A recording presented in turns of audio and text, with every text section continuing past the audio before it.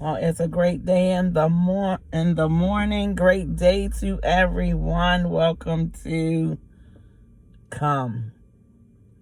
It's your girl Dana Dane. It is going on 7 o'clock on this great Sunday morning, October 20. I tell you, October is almost gone. I know it's a little dark, but the time hasn't changed yet. So this is my first morning being out at 6 before 7 o'clock where it's dark. So I'm headed to the gym. I meet with my trainer over at the gym every Sunday morning. Have to go across town, and it's okay because that helps me to get my day started. It's a chilly, it's 46 degrees. It's about the same temperature it was yesterday when I came out. And, you know that, what I like to call that stinking thinking in the morning. Because I always wake up like an hour before I'm supposed to actually get up. And I'm convinced now that the Most High wants me to get up and give him his time before I go give society my time. And so I'm working on getting better, because what ends up happening is I end up wanting to go back to sleep and wait for the alarm to go off to get up. And as a result, when the alarm goes off, then I got an attitude because I got to get up. I'm just being transparent. But I'm up, I'm out, and I'm grateful for this day that the Most High, the Uncreated One, has made. And I am going to rejoice and be glad in it. Today I will get some ride share in. And it should be a good day traffic-wise, because the Ravens are playing tomorrow. See my shirt? Relentless. I don't know if you can see it, but purple is my favorite color, so I'm in good company with them. And we are relentless. The Baltimore Ravens football team and Baltimore City. Shout out to my citizens in Baltimore City. We are relentless. There's a lot of things that go on in our city that is highlighted for the negative, but there's a lot of positive things going on in and around our city. Yesterday, not only did we have the Baltimore running festival with over 13,000 participants that I sat in traffic to wait for. There was 2 other events that I rode past. One was I believe they were having a football event for the youth, and they had tents up. It may not have been sports. It may have just been a picnic. And then there was another area of town where it was a main thoroughfare that I traveled on, that they had the street blocked off. They had a street festival. And the weather was cooperative, so it was a lot going on in the city. And I emphasize Baltimore as being little New York now, because a lot of people have migrated here from up north. And then we also have a lot of college students that are from the further northeast states like Pennsylvania, Jersey and New York, they come down here and attend school, and when they graduate, they a lot of them stay. So I was reading an article online though the other day where they emphasized that in 2023 we had over 200,000 residents of Maryland to move out of Maryland, and that we had more people moving out of the Baltimore metropolitan area than we had actually moving in. But it doesn't seem like that when I'm out here in this traffic. We do get a lot of tourists. We do get a lot of people that come here for conventions and for work-related activities. So, and the Ravens are internationally known. They have fans all over the globe. When I was in London last year for the Ravens game, they had fans from all over. The two gentlemen that were sitting next to me, they were from Finland. And a lot of the fans, the Ravens fans from the European countries, they had their jerseys on just like we rock our jerseys and team paraphernalia. Well, is it paraphernalia? I don't know if that's the word, but you know what I'm talking about. They was repping for their team.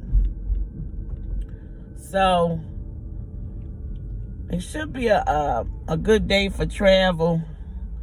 Although if the weather is as nice as it was yesterday, I'm sure there'll be a lot of people on the road the way it was yesterday. I'm just getting a notification now from Uber telling me it's going to be a high earnings alert.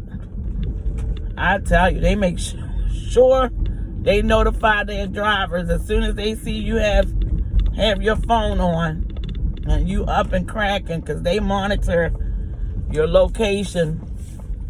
It's a behind the scenes thing, but believe me, they know when you're moving. And so I'm planning on being out anyway. Yesterday was not a good day for me to do rideshare, because if I would have participated in helping commute the people that were in the running festival, I would have got more jammed up and more traffic jams. And I don't know about most people in terms of how they look at rideshare or delivery. I'm sure they do. Time is money. So the time it takes you, like if I get a ride and it's only 3 miles away, but it takes me 30 minutes to get you there, it's not very profitable. So I think that a lot of drivers really don't factor in where they're profiting. Now, me, myself, I have an electric vehicle, so it doesn't, I don't have the fuel costs that I once had. And a lot of people do not factor in the business expenses. Like when you are in business, you have to subtract. It takes money to make money. So if I'm doing rideshare, then I know that I am going to have to fuel my vehicle.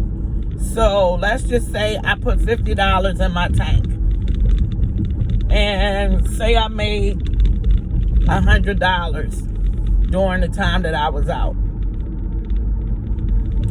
And let's just say I burned up $25 and half a tank.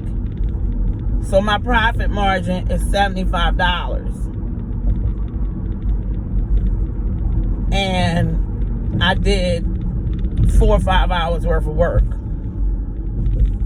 So we have to factor in, I think a lot of people, when they just see, especially on deliveries, the structure of these gig companies when it comes to deliveries is totally it's not very profitable. I mean, it is, but you have to factor in expenses versus profit. And then with a gas powered vehicle, you have an engine, transmission, you have all the components of automobiles, how they were built for the most part up till now. We have the electric option. So basically, and I always tell people when they ask me, I used to get asked a lot, well, how much can you make doing rideshare? Well, first of all, it's just like anything else we do. It is going to require your time. So the first thing I've made clear to myself is nobody really can pay me for my time. So it has to be something that I want to do so that I can eliminate trading time for money. And as an entrepreneur, that is the goal, is to stop trading your time for money. And then secondly, it all depends on your vehicle. Because what happens is, I've been in this space doing rideshare for going on 7 years. In January, it will be 7 years that I've been doing rideshare.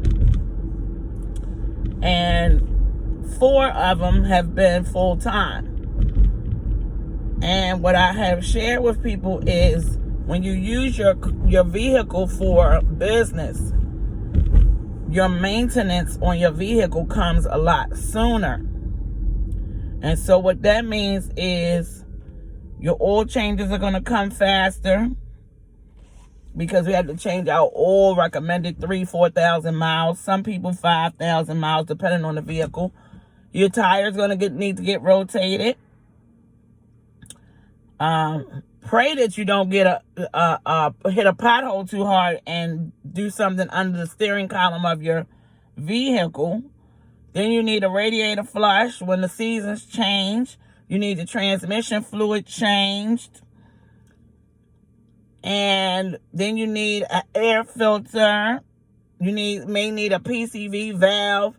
You may need brakes, rotors, and all of these different factors. And this maintenance for these vehicles come a lot faster when you're using your car to make money, to be in business. And the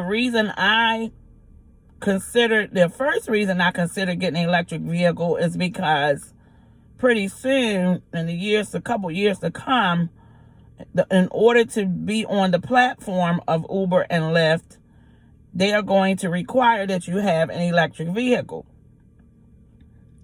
And secondly, what I have come to understand from having an electric vehicle, my maintenance cost is a lot cheaper, because the only fluid that I have in my vehicle is window washing fluid and brake fluid.